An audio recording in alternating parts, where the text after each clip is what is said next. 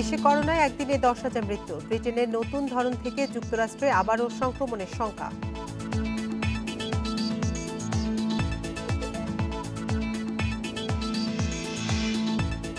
মিয়ানমারে সামরিক জান্তা বিরোধী বিক্ষোভ আরও জোরদার হচ্ছে, যোগ দিয়েছে জাতিগত সংখ্যালঘুরাও।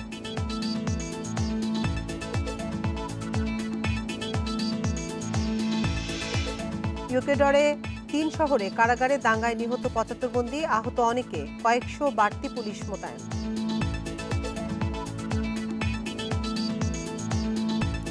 আমন্ত্রণ আন্তর্জাতিক খবর নিয়ে আমাদের প্রতিদিনের আয়োজন পূর্ব পশ্চিমে। আপনাদের সাথে আছি আমি আতিফ আঞ্জুমান। শিরোনাম শুনছিলেন, চলে যাচ্ছে পুরো খবরে।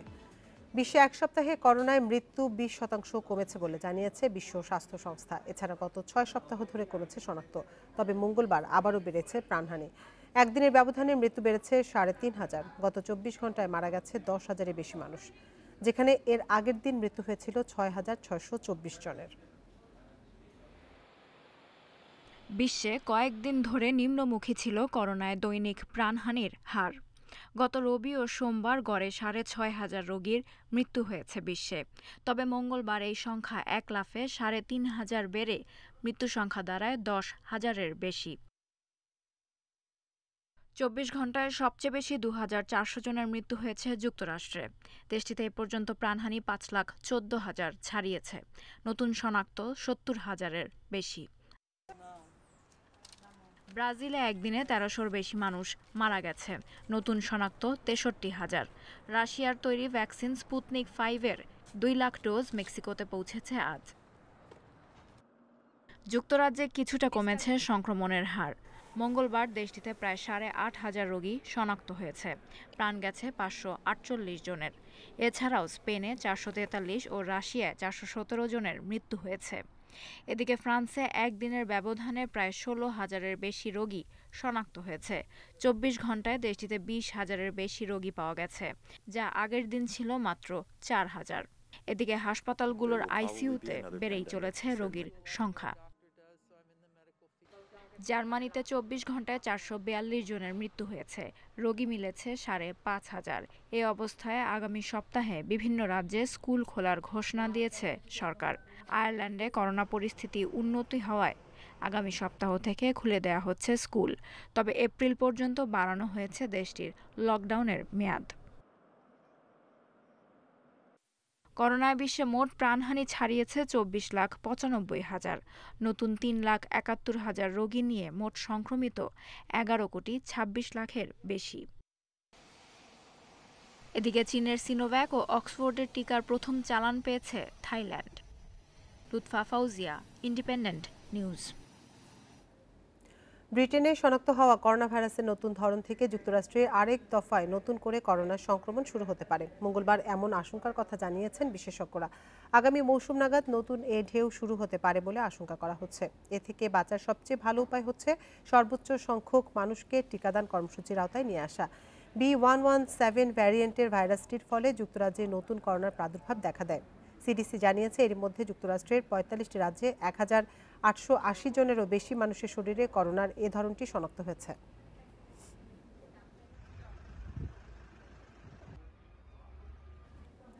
অক্সফোর্ড বিশ্ববিদ্যালয় ও অ্যাস্ট্রাজেনেকার উদ্ভাবিত টিকার প্রথম ডোজ দেওয়ার 4 সপ্তাহের মধ্যে হাসপাতালে ভর্তির ঝুঁকি কমে 94%। ফাইজার ও বায়োএনটেকের উদ্ভাবিত টিকা এই ঝুঁকি কমায় 85%।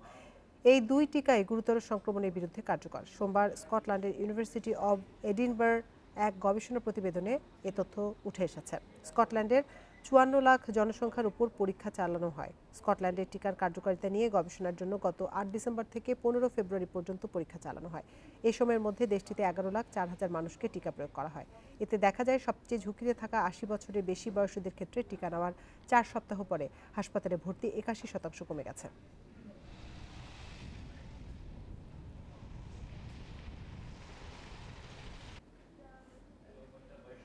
মিয়ানমারে অব্যাহত রয়েছে সেনা অভ্যুত্থান বিরোধী বিক্ষোভ। জান্তা সরকারের কঠোর ব্যবস্থা নেওয়ার হুঁশিয়ারির পরও থামছে না আন্দোলন। সকাল থেকে ইয়াঙ্গুন সহ বিভিন্ন শহরে বিক্ষোভ শুরু করেছে সাধারণ মানুষ। এতে অংশ নিয়েছে সংখ্যালঘু খ্রিস্টানরাও। এদিকে মিয়ানমারের সংকট নিরসনে দক্ষিণ পূর্ব এশিয়ার দেশগুলোকে সঙ্গে নিয়ে কূটনৈতিক উদ্যোগ জোরদারের চেষ্টা করছে ইন্দোনেশিয়া। দেশটির পররাষ্ট্রমন্ত্রী রেতনো মারসুদির মিয়ানমার সফরের পরিকল্পনা থাকলেও পরে তা বাতিল হয়েছে বলে জানিয়েছেন তার মন্ত্রণালয়ের মুখপাত্র। গত কয়েক সপ্তাহ ধরে দেশটিতে গণতান্ত্রিক শাসন ফিরিয়ে আনার দাবিতে বিক্ষোভ করছে লাখো মানুষ।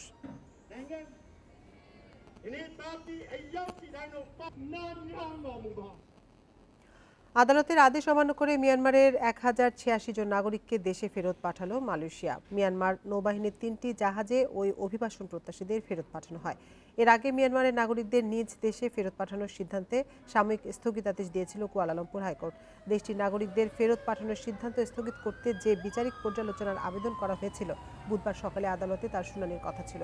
এদিকে মানবাধিকার গোষ্ঠীগুলোর তাদের মিয়ানমারে ফেরত না পাঠানোর আবেদন করেছিল। তাদের মতে ফেরত পাঠানোদের মধ্যে সংখ্যালঘু নৃগোষ্ঠীর অনেকে রয়েছেন যারা মিয়ানমারের নিপীড়নের শিকার হয়েছেন।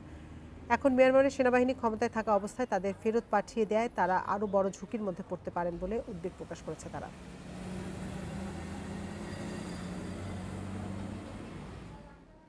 পশ্চিমবঙ্গে নিমতিতা স্টেশনে শ্রম প্রতিমন্ত্রী জাকির হোসেনের উপর বোমা হামলার ঘটনায় জড়িত সন্দেহে এক বাংলাদেশি নাগরিক গ্রেপ্তার হয়েছে। গ্রেপ্তার হওয়া ব্যক্তির নাম শেখ নাসিম। ওই হামলার আগে স্টেশন চত্বরে নাসিম ঘোরাঘুরি করছিলেন বলে জানিয়েছে গোয়েন্দারা। গোয়েন্দা কর্মকর্তাদের ধারণা স্টেশনের নিরাপত্তা ব্যবস্থা নজরদারি করছিলেন নাসিম। তাকে সিআইডি জিজ্ঞাসাবাদ করছে বলে জানিয়েছে আনন্দবাজার পত্রিকা। নাসিমের সাথে কোনো জঙ্গি সংগঠনের যোগসাজশ আছে কিনা তা তদন্ত করে দেখা হচ্ছে। নাসিম নিমতিতা স্টেশনের বাইরে হকার ছিলেন। এই বিস্ফোরণে আর কেউ জড়িত ছিল কিনা তা খতিয়ে দেখা হচ্ছে। আজ এই নিয়ে সংবাদ সম্মেলন করার কথা রয়েছে সিআইডির।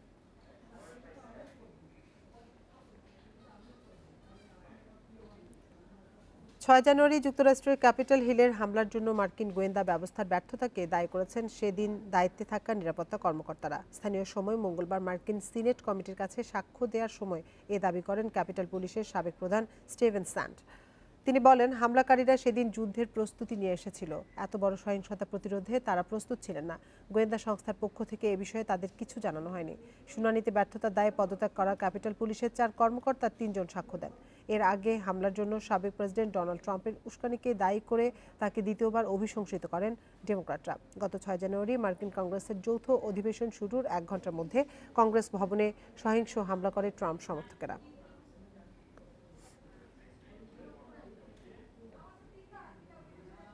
কাতারে বিশ্বকাপ 2022 আয়োজনের নির্মাণ কাজে গত 10 বছরে দক্ষিণ এশিয়ার 6,751 শ্রমিকের মৃত্যু হয়েছে। ব্রিটিশ গণমাধ্যম দ্য গার্ডিয়ানের প্রতিবেদনে বলা হয়েছে এদের মধ্যে বাংলাদেশি শ্রমিক 1018 জন। নির্মাণ শ্রমিকের চাকরি নিয়ে কাতারে যান বাংলাদেশের মোহাম্মদ শহীদ মিয়া। গত বছর সেপ্টেম্বরে কর্মস্থলে বিদ্যুৎ স্পর্শে মারা যান তিনি। আরেক কর্মী ভারতের মধু বল্লাপাল্লি 2013 সাল থেকে ছিলেন কাতারে। 2019 সালে নিজের রুমে তাকে মৃত অবস্থায় পাওয়া যায়। ফুটবল বিশ্বকাপ 2022 ঘিরে কাতারে চলছে ব্যাপক নির্মাণযজ্ঞ। এর মাঝেই দ্য গার্ডিয়ানের একটি প্রতিবেদনে প্রকাশ পেল বিস্ফোরক তথ্য। গত 10 বছরে এসব নির্মাণ কাজে 6,500-এর বেশি বিদেশি শ্রমিকের মৃত্যু হয়েছে। এর মধ্যে বাংলাদেশি আছেন 1018 জন। সবচেয়ে বেশি মারা গেছেন ভারতীয় শ্রমিকরা, সংখ্যায় 2,711 জন। এছাড়া নেপালের 1,641, পাকিস্তানের 824 এবং শ্রীলঙ্কার 557 কর্মীর মৃত্যু হয়েছে। এসব তথ্য সংগ্রহ হয়েছে দেশগুলোর সরকারি সূত্র থেকে। 2010-এর ডিসেম্বর থেকে কাতারে প্রতি সপ্তাহে গড়ে 12 জন শ্রমিকের মৃত্যু হয়েছে। কাতারে ফিলিপাইন ও কেনিয়া থেকেও বিপুল সংখ্যক শ্রমিক আসেন, তাই মৃত শ্রমিকের সংখ্যা আরও বেশি হতে পারে বলছে দ্য গার্ডিয়ান। কাতারে বর্তমানে কাজ করছেন বিভিন্ন দেশের 20 লাখ শ্রমিক। কর্তৃপক্ষ এসব কর্মীর সুরক্ষায় ব্যর্থ হয়েছেন দাবি করা হয়েছে অনুসন্ধানে। তবে কাতার বলছে এসব মৃত্যুর 69 ভাগই স্বাভাবিক, আর বাকি 12 ভাগ সড়ক দুর্ঘটনা, 7 ভাগ কর্মস্থলে দুর্ঘটনাজনিত এবং 7 ভাগ আত্মহত্যা। বিশ্বকাপ উপলক্ষে কাতারে নির্মাণ হয়েছে নতুন 7টি স্টেডিয়াম। এছাড়া তৈরি হয়েছে রাস্তা, হোটেল, নতুন বিমানবন্দর, আধুনিক গণপরিবহন সহ বিভিন্ন বড় বড় স্থাপনা।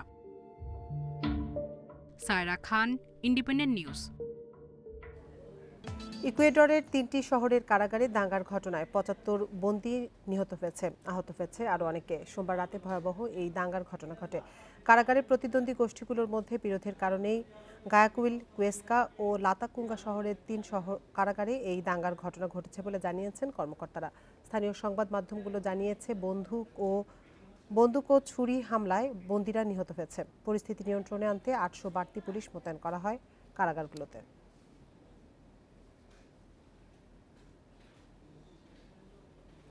পিঠে অস্ত্রোপচারে ধাক্কা সামলে ওঠার পর এবার গাড়ি দুর্ঘটনায় গুরুতর আহত টাইগার উডস। মঙ্গলবার রাতে লস অ্যাঞ্জেলেসে দুর্ঘটনার কবলে পড়ে তার গাড়ি। দুর্ঘটনায় পায়ে বড় রকমের চোট পেয়েছেন গলফ সুপারস্টার।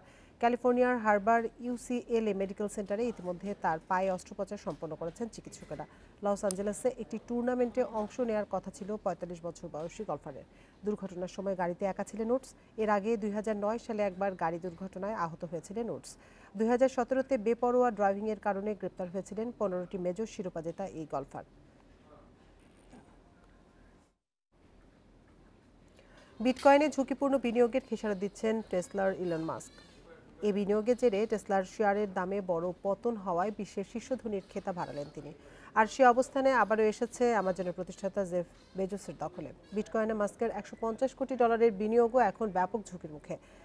বিবিসির প্রতিবেদন অনুযায়ী জানুয়ারিতে টেসলার শেয়ারের দাম ছিল $883, কিন্তু বর্তমানে প্রতিষ্ঠানটির শেয়ার দর হারিয়েছে 20 ভাগ পর্যন্ত। টেসলা বিটকয়েনে বিনিয়োগ করেছে এমন খবরের পরই 50 ভাগ বেড়ে যায় ভার্চুয়াল এই মুদ্রার দাম। সম্প্রতি বিটকয়েনের দাম কমেছে 20%। মাস্কের ক্রিপ্টোকারেন্সির প্রতি এমন আগ্রহের নেতিবাচক প্রভাব টেসলার শেয়ার দর পড়েছে বলে মনে করছেন বিশ্লেষকরা।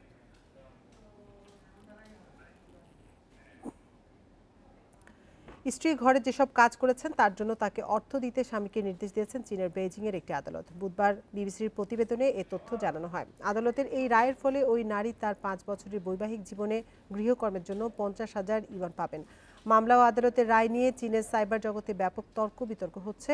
অনেকে বলছেন আদালত 5 বছরের পারিশ্রমিক হিসেবে ওই নারীকে যে পরিমাণ অর্থ দেওয়ার নির্দেশ দিয়েছেন তা খুবই কম। চীনে নতুন আইন চালুর পর বেজিংয়ের বিচ্ছেদ আদালত থেকে ঐতিহাসিক রায়টি এলো। চলতি বছরে চীনে নতুন এই আইন কার্যকর হয়। নতুন আইন অনুযায়ী বিচ্ছেদের ক্ষেত্রে বৈবাহিক জীবনে জীবনসঙ্গীর তুলনায় ঘরের কাজ ও দায়িত্ব বেশি পালন করেন তাহলে স্বামী বা স্ত্রী ক্ষতিপূরণ চাইতে পারবেন।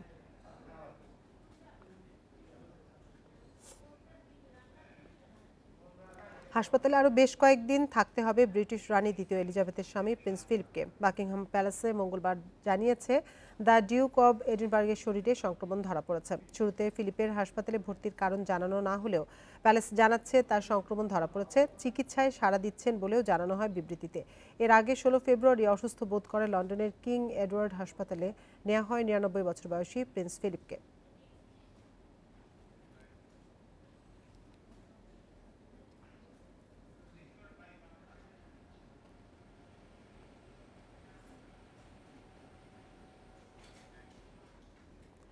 গ্রেপ্তারের পর মঙ্গলবার যুক্তরাষ্ট্রের আদালতে তোলা হয় মেক্সিকোর মাদক সম্রাট জোয়াকুইন এল চ্যাপো গুজম্যানের স্ত্রী এমা করনেল আইসপুরোকে। তার বিরুদ্ধে স্বামীকে মাদক সাম্রাজ্য পরিচালনায় সহযোগিতার অভিযোগ আনা হয়েছে।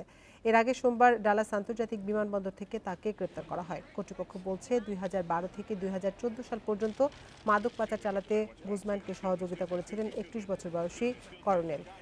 এমনকি কারাবন্দী গুজম্যানের সঙ্গে সাক্ষাতে গিয়ে মাদক পাচার সংক্রান্ত খবর দিতেন। কর্তৃপক্ষ আরও জানায় 2015 সালে অ্যালটিপ্ল্যানো জেল থেকে গুজম্যানকে পালাতেও ষড়যন্ত্র করেন স্ত্রী করনেল। পরে 2019 সালে গুজম্যানকে যাবজ্জীবন কারাদণ্ড দেওয়া হয়। এখন তিনি কলোরাডোর জেলে আছেন। দুর্লভ ফুল মুনফ্লাওয়ার ফোটে কেবল রাতে। এটি জন্মায় গাছের কাণ্ডে। অ্যামাজনের এই ফুলটি ফোটে মূলত গ্রীষ্মকালে। এবার ফুটল ভিন্ন পরিবেশে যুক্তরাজ্যে কেমব্রিজ বিশ্ববিদ্যালয়ের বোটানিক গার্ডেনে। যুক্তরাজ্যে ফোটা এটি প্রথম মুনফ্লাওয়ার দাবি বিশ্ববিদ্যালয়ের।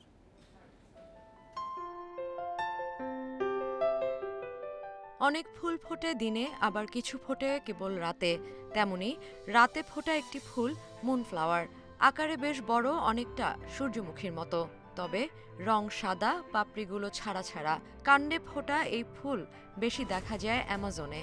পুরো গ্রীষ্মকাল জুড়ে রাতে ফোটে এই ফুল, আবার সূর্য ওঠার সাথে সাথেই পাপড়িগুলো বুজে যায়। এবার মুনফ্লাওয়ার ফুটেছে যুক্তরাজ্যের কেমব্রিজ বিশ্ববিদ্যালয়ের বোটানিক গার্ডেনে, তাও শীতল আবহাওয়ায়। বোটানিক গার্ডেনের গ্লাস হাউস টিমের পর্যবেক্ষণে ফোটে ফুলটি। যুক্তরাজ্যে মুনফ্লাওয়ার ফোটার ঘটনা এটি প্রথম বলে দাবি তাদের। Really awesome. I think it's one of those moments এই মুহূর্তটা আসলেই অসাধারণ। পরিশ্রমের ফল পাওয়ার অনুভূতি ভাষায় প্রকাশ করা যায় না। আমরা পরিশ্রমের ফল পেয়েছি। 12 ঘন্টার জন্য ফোটে এই ফুল। মুনফ্লাওয়ার ফুটলে একটি মিষ্টি গন্ধ ছড়ায়, তবে পাপড়ি বুজে গেলে পাওয়া যায় কটু গন্ধ। Sadia Afrin, independent news. পূর্ব পশ্চিম শেষ করার আগে শিরোনামগুলো জানিয়ে দেব আরেকবার। বিশ্বে করোনায় একদিনে 10,000 মৃত্যু। ব্রিটেনের নতুন ধরন থেকে যুক্তরাষ্ট্রে আবারও সংক্রমণের শঙ্কা।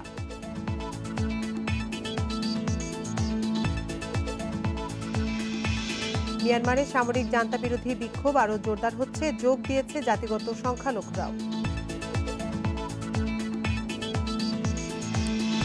ইকুয়েডরে 3 শহরে কারাগারে দাঙ্গায় নিহত 75 বন্দী, আহত অনেকে, কয়েকশো বাড়তি পুলিশ মোতায়েন।